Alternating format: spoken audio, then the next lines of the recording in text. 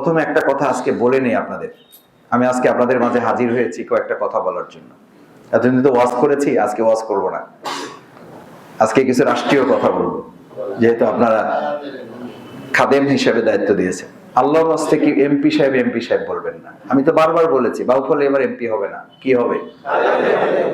যদি বলতে পারেন আমাদের সেবক, আমাদের খাদেম, তাহলেই কেবল আপনাদের এই মাসুদ অহংকার মুক্ত থাকবে।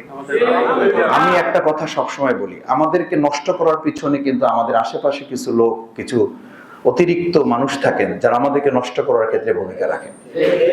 আমাকে মাফ করে দেন, এই কথাটা আমি এই কারণে বলেছি, মানে আমাদের মুখ থেকে অনেক সময় মানে ওই যে বাংলায় বলে না, ফেনা বের হয়ে যায়। লিকাইলাম তাসাউ আলা মা ফাতাকুম ওয়ালা তাফরাহু বিমা আতাকুম। পরিষ্কার কথা আল্লাহর, এটা মানতে হবে তো, এটা ইবাদত, এটা সালাতের মতো, রোজার মতো, এটা আল্লাহর নির্দেশ।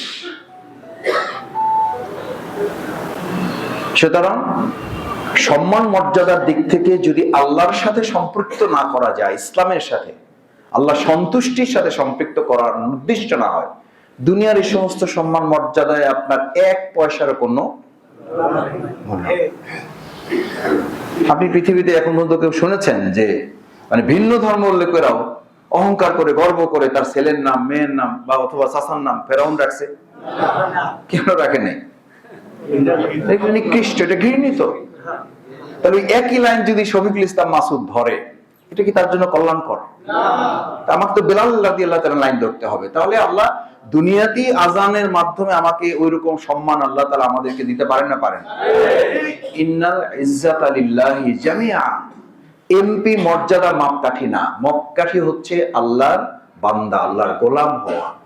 ভালো করে বুঝেন যে তাশাহুদ আপনি পড়বেন, আজকে নামাজে পড়ছেন তো?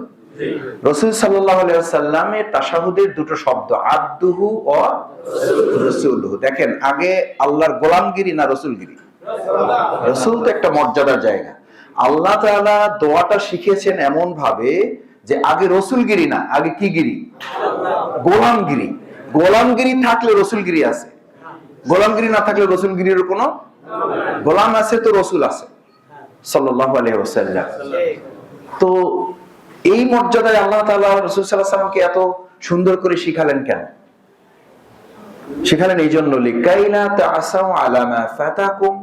তোমাদের যদি হাতছাড়া কিছু হয়ে যায়, তোমাদের প্রত্যাশার কোনো জিনিস চাইলেন পাইলেন না, তাতেও যেন তোমরা ভেঙে না পড়ো, হতাশ না হও। এটা ইমানদারের বৈশিষ্ট্য নয়। আজকে চিত্রটা যদি ভিন্ন রকম হতো, তাহলে আল্লাহ আমার দিকে চাইলো না, এই জুমা পরে আর কি হবে, গত জুমা এত কানলাম, কাম হইল না। এটা ইমানদারের নিয়ম? কিন্তু এরকম কথাও আমরা কখনো কখনো বলি, ফেলি কিনা? আল্লাহ কথা শুনলো না, আস্তাগফিরুল্লাহ। লিকাইলা তাসাউ আলা মা ফাতাকুম। তোমার প্রত্যাশা মতো সব হইতে হবে এটা জরুরি না। সমস্ত প্রত্যাশা পূরণের জায়গা দুনিয়া নয়, সমস্ত প্রত্যাশা পূরণের জায়গা জান্নাত। আপনি দুনিয়াটাকে জান্নাত বানাবেন কি করে? কয় ভাই এটা হলো না, ওইটা হলো না, এটা পাইলাম না, ওইটা দিলেন না। তাহলে কি করলেন? কি হইলো? বড় আশা ছিল, হ্যাঁ ছিল, সব আশা পূরণ এখানে হবে না বলেই তো জান্নাত। এখানে যদি সব পেয়ে যান তাহলে জান্নাত কি? তার জান্নাত যদি দুনিয়াটাই হয়, তাহলে একটা শক্ত কথা শোনেন। শক্ত কথা তো অন্যভাবে বললে আবার মাইন্ড করবেন, কোরআন হাদিস দিয়ে বললে তো শুনবেন নাকি? আর দুনিয়া সিজনুল লিল মুমিনিন ওয়া জান্নাতুল লিল কাফিরিন। এবার সিদ্ধান্ত আপনার, এখন সিদ্ধান্ত আপনার, আমার কোনো বক্তব্য নেই। ক্বালা রাসূলুল্লাহ সাল্লাল্লাহু আলাইহি ওয়াসাল্লাম আদ-দুনিয়া সিজনুল মুমিনিন। যদি ঈমানদার হও তাহলে দুনিয়াটা একটা জেলখানা। কি খানা? জেলখানা। তাহলে এখন কই আছেন? জেলখানায় মানুষ যত ভালো থাকুক, থাকতে চায় না, কিন্তু আপনি তো থাকতে চান, তার মানে সমস্যা আছে। সমস্যাটা কি? ওয়া জান্নাতুল লিল কাফিরিন। শুধু কাফেররাই এই দুনিয়াটাকে কি মনে করে? জান্নাত মনে করে। তাহলে তো আপনি যদি দুনিয়ার সব পাওয়ার চিন্তা করেন, আমি যদি সব পাওয়ার চিন্তা করি, তাহলে তো আমার ডেজিগনেশন, আমার পরিচয়টাই কি হয়ে যাচ্ছে? চেঞ্জ হয়ে যাচ্ছে। তো এটা মারাত্মক ব্যাপার না? এটা কঠিন কথা না? তাহলে সমস্ত চাওয়া পাওয়ার জায়গা দুনিয়া নয়, সমস্ত চাওয়া পাওয়ার জায়গা জান্নাত। আর যদি আমি দুনিয়ায় সব চাওয়া পাওয়ার ঠিকানা নির্ধারণ করি, তাহলে আমি ইমানদার থাকি না, আমার পর্যায়টা কাফেরের জায়গায় চলে যায়। নাউজুবিল্লাহ। আল্লাহ আমাদের হেফাজত করুন। এটা মাথা থেকে আমাদের ফেলে দিতে হবে। দুনিয়া সব পাওয়ার জায়গা নয়। আবার না পেলেও হতাশ হয়ে ভেঙে পড়াটাও আল্লাহর সুন্নাত নয়। সুন্নাতটা কি? লিকাইলা তাসাউ আলা মা ফাতাকুম ওয়া লা তাফরাহু বিমা আতাকুম। আবার তুমি পেয়ে গেছো ভাবখানা এরকম, উরে বাপরে বাপ কি যে একটা অবস্থা, ডাইনে বামে সামনে পিছনে লোকজন, মানে একটা হুলস্থুল কাণ্ড। এই যে মসজিদে, আমাকে আল্লাহর ওয়াস্তে মাফ করে দেন, কিছু মনে করেন না আপনারা, শফিকুল ইসলাম মাসুদ ঢুকবে, একজন সাধারণ মুসল্লি ঢুকবে, there is no difference between a stage, দুজনের মধ্যে কোনো পার্থক্য থাকবে না, সেটার নাম হচ্ছে ইসলাম। হ্যাঁ, আলাদা করে কোনো মহাব্বত থাকতে পারে, কিন্তু সেই মহব্বতের মধ্যে যেন দুনিয়ার কোন ইন্টেনশন, কোনো বাড়াবাড়ি কোনো না থাকে, সেটার ব্যাপারে রাসূল সাল্লাল্লাহু আলাইহি ওয়াসাল্লাম এমনও বলেছেন, পিছনে তুমি জুমায় এসেছো, তুমি পিছনেই বসো। একজনের কাঁধ নিয়ে তুমি যদি যাও, এটা আদবে শুধু খেলাফ না, এটা রাসূল সাল্লাল্লাহু আলাইহি ওয়াসাল্লাম নিষেধ করেছেন। এটা মসজিদ, এই আদব আপনাকে আমাকে কেন শেখানো হচ্ছে? ওয়ালা তাফরাহু বিমা আতাকুম। তুমি কোনো কিছু পেয়ে গেছো, কোনো কিছু তোমাকে দেওয়া হয়েছে, এই দেওয়া পাওয়া নেওয়া, এটার মালিক তো তুমি না, এটা মেহেরবানি করে, দয়া করে, অনুগ্রহ করে, মায়া করে তোমাকে কে দিয়েছেন? আল্লাহ দিয়েছে। আর আমি পিছনে বসলে কি অসুবিধা? সামনে এবং পিছনের উপরে ভিত্তি করে তো জান্নাত জাহান্নাম নির্ধারণ হবে না। জান্নাত জাহান্নাম নির্ধারিত হবে আমি যেখানে বসেছি, যে কথাগুলো বলছি, যে কথাগুলো শুনছি, তার উদ্দেশ্য যদি হয় আল্লাহ সন্তুষ্টি, আর উদ্দেশ্য যদি হয় এগুলো আমি মানতে চাই, বুঝতে চাই, আমল করতে চাই, তাহলে সামনে বসে থেকেও যদি আমল করা না যায়, তাহলে কোনো লাভ হবে না।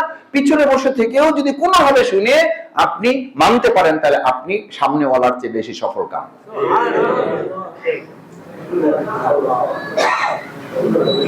ওয়ালা তাফরাহু বিমা আতাকুম। তোমার কোনো প্রাপ্তি তোমাকে যেন অহমিকা, অহংকার, দম্ভ, প্রভাব বিস্তার করা, ক্ষমতা প্রয়োগ করা, এটার দিকে না নিয়ে যায়। কারণ ক্ষমতার মালিক তুমি না, আমি না। ইন্নাল কুওয়াতা লিল্লাহি জামিআ। সমস্ত ক্ষমতার মালিক কে? আল্লাহ। আপনি কি ক্ষমতা দেখাবেন? এখন আমি কথা বলতে বলতে আল্লাহ তাআলা অনুমোদন না হলে আমার জিহ্বা থেকে একটা কথা বের করার ক্ষমতা মাসুদের আছে? এরকম পৃথিবীতে কোনো ঘটনা নাই যে কথা বলতে বলতে পড়ে গেছে? দেখেন নাই আপনারা? কত আমরা এইরকম মসজিদে খুতবা দিতে দিতে ইমাম সাহেব মৃত্যুর কোলে ঢলে পড়েছেন, নাই? ক্ষমতা ইমাম সাহেবের? মাসুদ সাহেবের? কার? আল্লাহ। এখনই হুকুম হলে, এই যে মানে আমাদের একজন কুষ্টিয়ার এক ভাইকে ইনশাআল্লাহ বলার পর আর কিছুই বলতে, ইনশাআল্লাহ বলে তিনি শেষ, চলে গেছেন, আর কিছুই বলতে পারেন নাই, কিছুই বলতে পারেন নাই। এইটা ওনার জন্য প্রযোজ্য, আমার জন্য না। আমার জন্য, আপনাদের জন্য তো আর না, এটা তো সবার জন্য। তো আমি কি ক্ষমতা দেখাবেন বলেন? ক্ষমতা যেই সবচেয়ে বেশি দেখাইছিল, ওয়ালা তাফরাহু বিমা আতাকুম, কোনো কিছু পেয়ে যদি আমার মধ্যে অহমিকা তৈরি হয়, তাহলে আমার মাথায় যেন প্রথম ফেরাউন ঢোকে, যেই ফেরাউনকে আল্লাহ ল্যাংড়া মশা দিয়ে মোকাবেলা করছে। এইটা শুধু ফেরাউনের জন্য, আমার জন্য না। ফেরাউনের ওই চরিত্র যদি আমার মধ্যে হয়, তাহলে আমার জন্য ল্যাংড়া মশা আছে না নাই? এটার জন্য কি বড় পাওয়ারফুল কোন লোক লাগবে আমার ফেস করতে? এটা যদি শফিকুল ইসলাম মাসুদের জানা না থাকে, তো ওটা মূর্খ, তো ওটা জাহেল, ওটা দিয়ে কি হবে? এইটা যদি শফিকুল ইসলাম মাসুদের মাথায় না থাকে, ওর মতো মূর্খ পৃথিবীতে আর কেউ নাই। আবু জেহেল ছিল কেন? ও সব জানতো, এই বুঝটা তার ছিল না যে হেরে ল্যাংড়া মশা দিয়ে মারা যায়। আবু জেহেল এটা জানতো না, সবচেয়ে ছোট দুইটা ভাই তাকে হত্যা করতে পারে। হত্যা করছে কি বড় মানুষ তারে? ওই আবু জেহেল, ও সবচেয়ে ক্ষমতা দেখাইছে। আল্লাহ বলেন তোরে বড় মানুষ দিয়ে মারবো না, তোরে মারবো ছোটগুলোরে দিয়ে। মারছে না মারে নাই? মারছে। এগুলো তো ইতিহাস, এবং শুধু দুনিয়ার ইতিহাস না, ইসলামের ইতিহাস, স্পিরিট অফ ইসলাম। এটা যদি আমার মাথায় থাকে, আমাদের মাথায় থাকে, তাহলে আমরা পরস্পরকে সহযোগিতা করে আমরা আমাদের প্রিয় বাউফলটাকে এগিয়ে নিয়ে যেতে পারবো ইনশাআল্লাহ। এটা কি আমরা পারবো ভাই? আমাকেও আপনাদের সহযোগিতা করতে হবে। ওই যে ভাই আসেন, ভাই বসেন, ভাই আসছে, ভাই আসছে কি আল্লাহর গোলাম আসছে একজন। বিশ্বাস করেন, অন্তর থেকে বলছি, আমাকে পারিবারিক ভাবে যারা চেনেন, আমরা এভাবে গড়ে উঠেছি। এখন যেমন কথা বলছি, এটাতেও যেমন কোনো উচ্ছ্বাস নাই। এতদিন যখন কথা বলছি তখনও আল্লাহর কসম মনের মধ্যে কোনো ভয় এক আল্লাহ ছাড়া ছিল না। এটা বলছি না বহুবার? বলেছি। তখনও জামা টানলে কোনো লাভ হইতো না, এখনো আমাকে জাগাই ধরলো আমি খুব উচ্ছ্বসিত হব না। তখনও জামা টানলে বলছে জামা টানিয়ে লাভ হয় না, আমার যা বলার দরকার আমি বলবোই, আমি বলবোই, কারণ এটা আল্লাহ প্রদত্ত দায়িত্ব। দ্বিতীয় কথা হচ্ছে, মসজিদ থেকে রাসূল করিম সাল্লাল্লাহু আলাইহি ওয়াসাল্লাম সপ্তাহের কর্মসূচি দিতেন, এক সপ্তাহ। এই ফ্রাইডে থেকে নেক্সট ফ্রাইডে পর্যন্ত এই মুসল্লিরা কি করবেন। খুতবা মানে শুধু একটা বক্তব্য নয়, খুতবা মানে একটা রিঅ্যাকশন। রাসূল সাল্লাল্লাহু আলাইহি ওয়াসাল্লাম ছিলেন সেনাপতি, তিনি ছিলেন সেখানকার প্রেসিডেন্ট। ওই মসজিদ থেকে ওখানকার ওই অঞ্চলের মানুষদের সমস্যা নিয়ে আলোচনা হতো এবং সেই সমস্যার সমাধানে করণীয় কি আমাদের, সেটা নিয়ে তিনি কথা বলে দিতেন কোরআন সুন্নাহর ভিত্তিতে। তাআওয়ানু আলাল বিররি ওয়াত তাকওয়া, তাহলে পরস্পর আমাদের তাকওয়ার কাজে সহযোগিতা করা। ওয়ালা তাআওয়ানু আলাল ইসমি ওয়াল উদওয়ান, অন্যায় কাজে কোনো সহযোগিতা নাই। সহযোগিতা নাই বলা হয় না, অন্যায় কাজে অসহযোগিতা করো। ওয়ালা তাআওয়ানু, সাহায্য করবা না। এখন যদি কেউ অন্যায় করে, আজকেই আমি শুনতেছি, আপনারাও যদি শোনেন, মাসুদের নাম করে কেউ অন্যায় করতেছে, তাহলে তো এটা এখন জায়েজ আছে? না না, এটা জায়েজ আছে? জায়েজ আছে? নাই। ইমাম সাহেবের নাম করে যদি কেউ করে, এটা জায়েজ আছে? কারণ ওনাকে তো আপনারা আমরা সুখ মহব্বত করি, জায়েজ নাই, বৈধ নয়। কুল ইন্নী লা আমলিকু লাকুম দাররা ওয়ালা রাশাদা, মুহাম্মাদুর রাসূলুল্লাহ সাল্লাল্লাহু আলাইহি ওয়াসাল্লাম কে পর্যন্ত করা নির্দেশ, করা নির্দেশ। ইন্নী লা আমলিক, কি ক্ষমতা দেখাবা তুমি, তোমার কি ক্ষমতা আছে? আপনি বুঝতে পারেন মুহাম্মাদুর রাসূলুল্লাহ সাল্লাল্লাহু আলাইহি ওয়াসাল্লাম, যাকে আল্লাহ তাআলা হাবিবুল্লাহ, তার প্রিয় বন্ধু উপাধি দিয়েছেন। এমন বন্ধু যার সাথে বন্ধুত্ব রক্ষার দায়িত্ব রাসূল সাল্লাল্লাহু আলাইহি ওয়াসাল্লামের না, যার সাথে বন্ধুত্ব রক্ষার দায়িত্ব স্বয়ং আল্লাহ তাআলা। খলিলুল্লাহ আর হাবিবুল্লাহ পার্থক্য হলো এটা। খলিলুল্লাহর দায়িত্ব ছিল ইব্রাহিম আলাইহিস সালাম বন্ধুত্ব রক্ষা করবেন, তার সাথে আল্লাহর সাথে। হাবিবুল্লাহ হলো আল্লাহ তাআলা বন্ধুত্ব রক্ষা করবেন রাসূল সাল্লাল্লাহু আলাইহি ওয়াসাল্লামের সাথে। সুবহানাল্লাহ। এই জন্য কিয়ামতের দিন সবাই ইয়া নাফসি বলবে, আর মুহাম্মদুর রাসূলুল্লাহ সাল্লাল্লাহু আলাইহি ওয়াসাল্লাম শুধু বলবে ইয়া রব্বি ইয়া নাফসি। এটা বলবে না, ইয়া রব্বি ইয়া উম্মতি। সুবহানাল্লাহ, আল্লাহু আকবার। ইয়া রব্বি ইয়া উম্মতি। হে আমার রব, আপনি তো আমার সাথে সম্পর্ক রক্ষার কথা বলেছেন, এবার আমার একটা আবদার আছে। আমার কোনো কথা নাই, শফিকুল ইসলাম মাসুদের কোনো চাওয়া পাওয়া থাকার কথা না। আমার চাওয়া পাওয়াটা হচ্ছে, ইয়া আল্লাহ, হে আমার রব, হে আমার মনিব, আমার উম্মাহ একটাকে রেখেও আমি জান্নাতে যেতে চাই না। এমন নবীর নাম শুনলে দুরূদ যদি না পড়া হয়, পৃথিবীর সেরা কৃপণ। আমরা একটু দরদ দিয়ে দুরূদ পড়ে, আল্লাহুম্মা সাল্লি আলা সাইয়্যিদিনা ওয়া নাবিয়িনা ওয়া শাফিয়ানা ওয়া হাবিবানা মাওলানা মুহাম্মদ সাল্লাল্লাহু আলাইহি ওয়া আলিহি ওয়া সাহবিহি ওয়া বারাকা ওয়া সাল্লাম। সম্মানিত মুসল্লিয়ানে কিরাম, সেজন্য দ্বিতীয় কথা হচ্ছে যে আমরা সম্মিলিতভাবে পরস্পরকে ভালো কাজে সাহায্য করব, অন্যায় কাজে অসহযোগিতা মানে হলো তাকে ওই কাজে নিবৃত্ত রাখবো। যে ভাই কাজটা সঠিক নয়, এটা যে কেউ বলুক না কেন, এটা আপনি করতে পারেন না, এটা করবেন না। আমার নামে, আমার কোনো দলের নামে, কোনো সংগঠনের নামে ভাই আসছে অমুক জায়গা থেকে, এটা অন্যায়, এটা এখনই করতে হবে। অন্যায় করার জন্য প্রতিশোধ নেওয়ার, প্রতিহিংসা করার, প্রতিরোধ করার ক্ষমতা আপনার আছে, কিন্তু আপনি আইন হাতে তুলে নিতে পারবেন না। যদি আমি অন্যায় করি, আমাকে আপনি ধরেন, ধরার ক্ষমতা আপনার আছে, ধরে আপনি আমাকে একটা থাপ্পড় মারতে পারবেন না, এটা জুলুম। আর যদি আপনি জুলুম করেন, আমি যদি জুলুম করি, তাহলে মনে রাখতে হবে পৃথিবীর কোন জুলুমই আল্লাহ তাআলা কিয়ামত পর্যন্ত অপেক্ষা করেন না, দুনিয়াতেই তার শাস্তি প্রদান করেন। শুধু জুলুম আল্লাহ বড় গুনাহ মাফ করে দেন, বা সবই মাফ করতে পারেন, এটাও আল্লাহ মাফ করতে পারেন, কিন্তু জুলুমের উদাহরণ হচ্ছে এটার আল্লাহ তাআলা শাস্তিটা কোথায় দেন? দুনিয়াতে দেন এই জন্য যে পরবর্তী যেন কেউ জুলুম করার সাহস না করে। অন্যগুলোর জন্য আল্লাহ তাআলা জাহান্নাম রেখেছেন, কিন্তু জুলুমের গুনাহ আল্লাহ তাআলা নগদে শাস্তি দেন। দেখেন আমাদের দুনিয়াতে কিছু শাস্তি আছে, একটা মামলা হয়, মামলা হওয়ার পরে কোর্টে এগুলো শুনানি হয়, এরপরে জেল ফাঁস যা হয়। আরেকটা হলো মোবাইল কোর্ট। কি কোর্ট? মোবাইল কোর্ট ছিল না? মোবাইল কোর্ট, এটা হলো ইনস্ট্যান্ট কি দিয়ে দেয়। এই শাস্তি দেওয়ার মূল লক্ষ্য শাস্তি দেওয়া না, শাস্তি দেওয়ার মূল লক্ষ্য হলো এর দেখা দেখি অন্যরা যেন শিক্ষা নেয়, এই কাজ সে করলে একই শাস্তি তারও পেতে হবে। এটার জন্য কোনো আদার্স আইন কানুন মামলা মকদ্দমা কিছুই লাগবে না, এখনই তার এরকম শাস্তি হয়ে যাবে। আল্লাহ তাআলা জুলুমটাকে এভাবে বলেছেন, জুলুম করলে ইনস্ট্যান্ট শাস্তি হবে তোমার।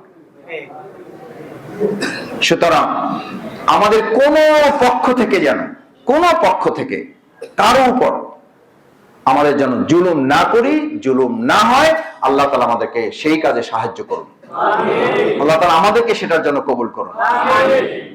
চতুর্থ হচ্ছে, আমাদের এই দুনিয়া আমরা এসেছি তো আমাদের হযরত আদম আলাইহিস সালাম, হযরত হাওয়া আলাইহিস সালাম, আমাদের তো একটা পরিবার, একটা জায়গা থেকে তো আমাদের শুরু।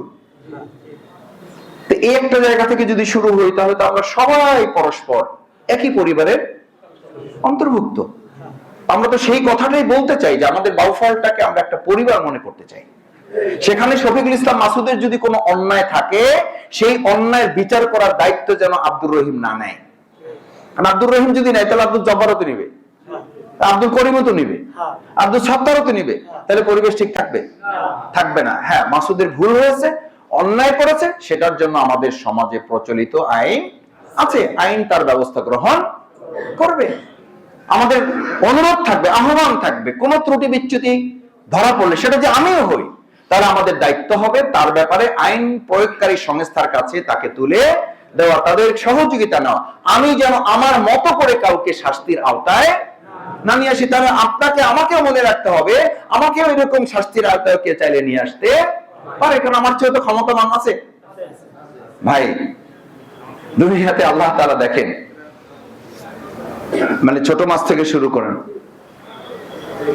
মলন্দ মাছ, এটা খায় বোয়াল মাছ। এই বোয়াল মাছ খাওয়ার জন্য আরো বড় মাছ আছে, তিমি মাছ, এটা বড় মাছ খায় বা আরো বড় মাছ খায়। এই তিমি মাছ খাওয়ার জন্য আবার কি আছে? হাঙ্গর পিছনে লাগানো আছে। এই হাঙ্গরকে মোকাবেলা করার জন্য এমন একটা প্রাণী আছে, যে প্রাণীটা যদি হাঙ্গরকে টাচ করে, শুধু টাচ করতে পারে, তাহলে ওর সাথে সাথে মারা যায়। আল্লাহ তাআলা দুনিয়াতে এমন ভাবে ব্যালেন্স করে রাখছেন যে চাইলেই কেউ এককভাবে ক্ষমতাবান হইতে পারবেন না। এটা তো পরিষ্কার বর্ণনা আছে, পারবেন না। সুতরাং আমাকে মনে রাখতে হবে, আমি যদি ক্ষমতা দেখাই, আল্লাহ তাআলা আমার ক্ষমতাকে নিষ্ক্রিয় করার জন্য আমার উপরেও ক্ষমতাবান আছে। সুতরাং আমার ক্ষমতা দেখানোর ক্ষেত্রে হিসাব করতে হবে যে এটা দেখানোটা আমার যথার্থ না। আল্লাহ তাআলা আমাদের মাফ করুন এই জায়গায়। পঞ্চম, আমি আপনাদের যে কথাটা বলতে চাই, সালাতুল জুমায় আমরা যারা হাজির হই, আমাদের ভাবতে হবে এটা, যে এই সমাজ, এই রাষ্ট্রটাই আমাদের শেষ কথা নয়। এটা হচ্ছে একটা পরীক্ষা কেন্দ্র, আমরা একটা পরীক্ষার মধ্যে আছি। এই পরীক্ষার হলটা নির্ধারণ করেছেন কে? আল্লাযী খালাকাল মাউতা ওয়াল হায়াতা লিয়াবলুয়াকুম আইয়ুকুম আহসানু আমালা। আমি তোমাদেরকে মৃত্যু এবং জীবন সৃষ্টি করেছি যাতে তোমরা ভালো কাজ করতে পারো, কত ভালো সেটা পরীক্ষা করার জন্য। তাহলে আমরা তো সাধারণ অবস্থায় নাই, আমরা তো পরীক্ষার হলে আছি। This is not general room, this is absolutely exam হল।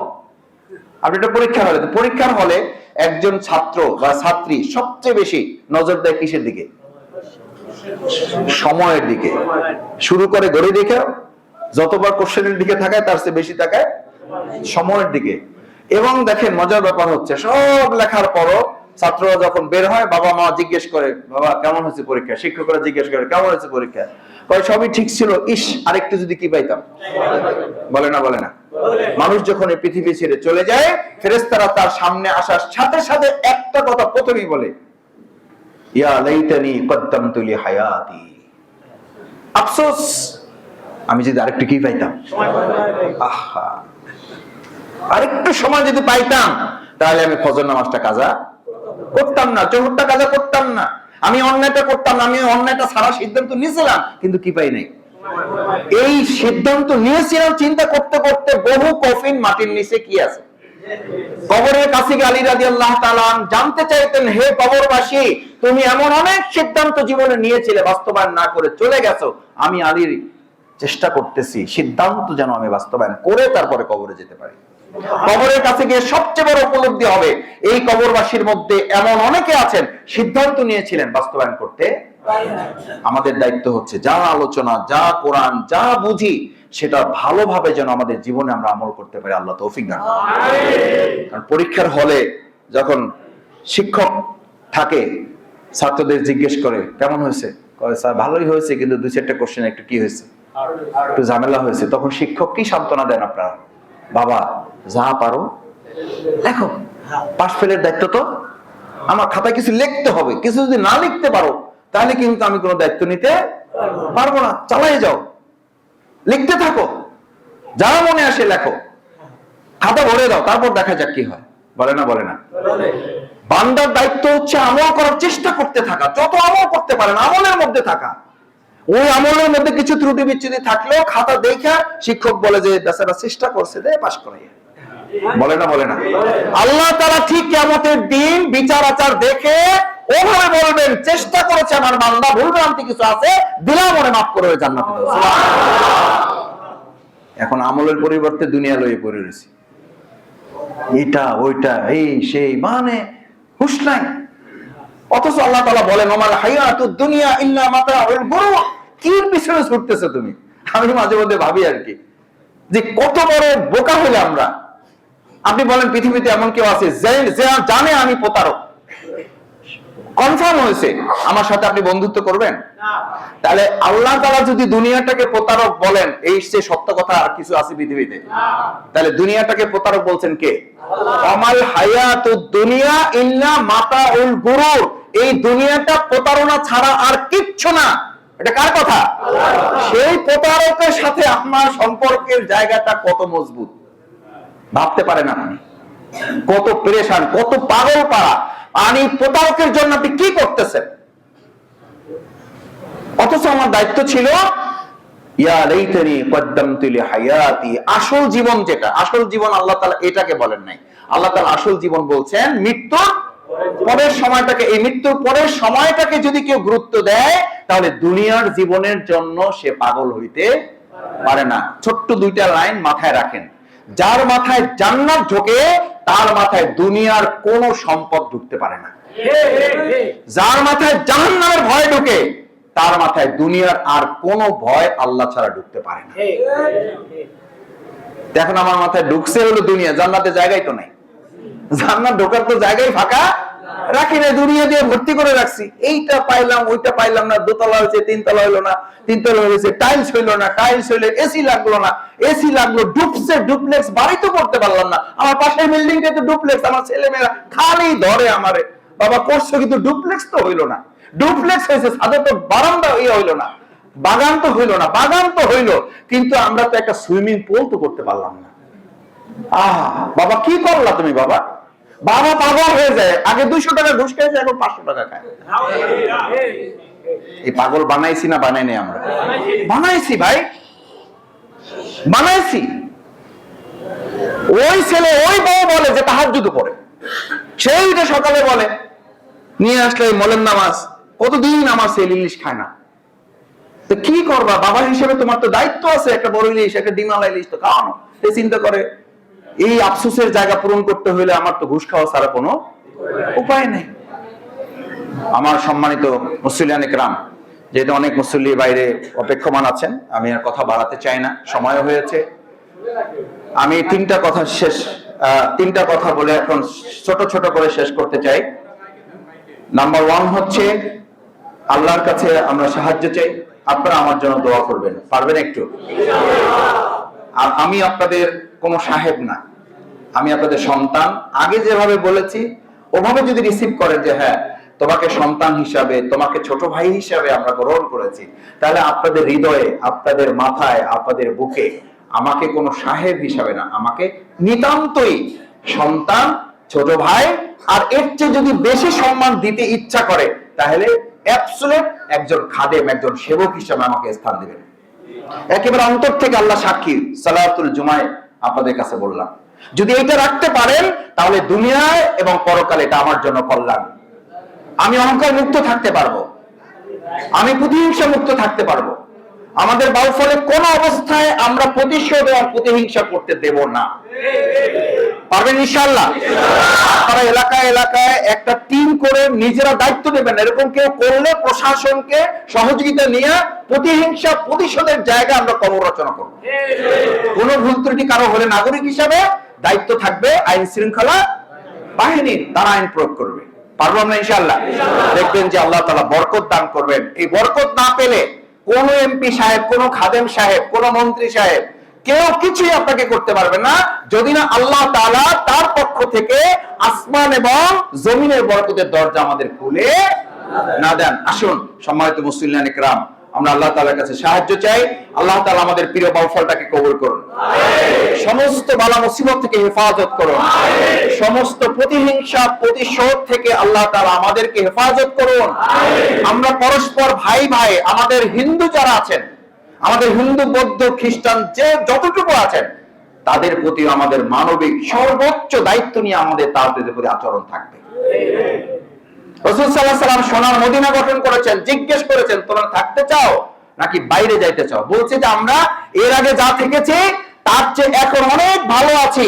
ইনশাআল্লাহ আমাদের বাউফলে আমরা মুসলমানরা যেমন ভালো থাকবো, আমাদের হিন্দু ধর্মাবলম্বীরাও একই ভাবে তারা ভালো থাকবে। এটা আমাদের দায়িত্ব। এই দায়িত্ব পালনে আল্লাহ তাআলা আমাদের সবাইকে সাহায্য করুন।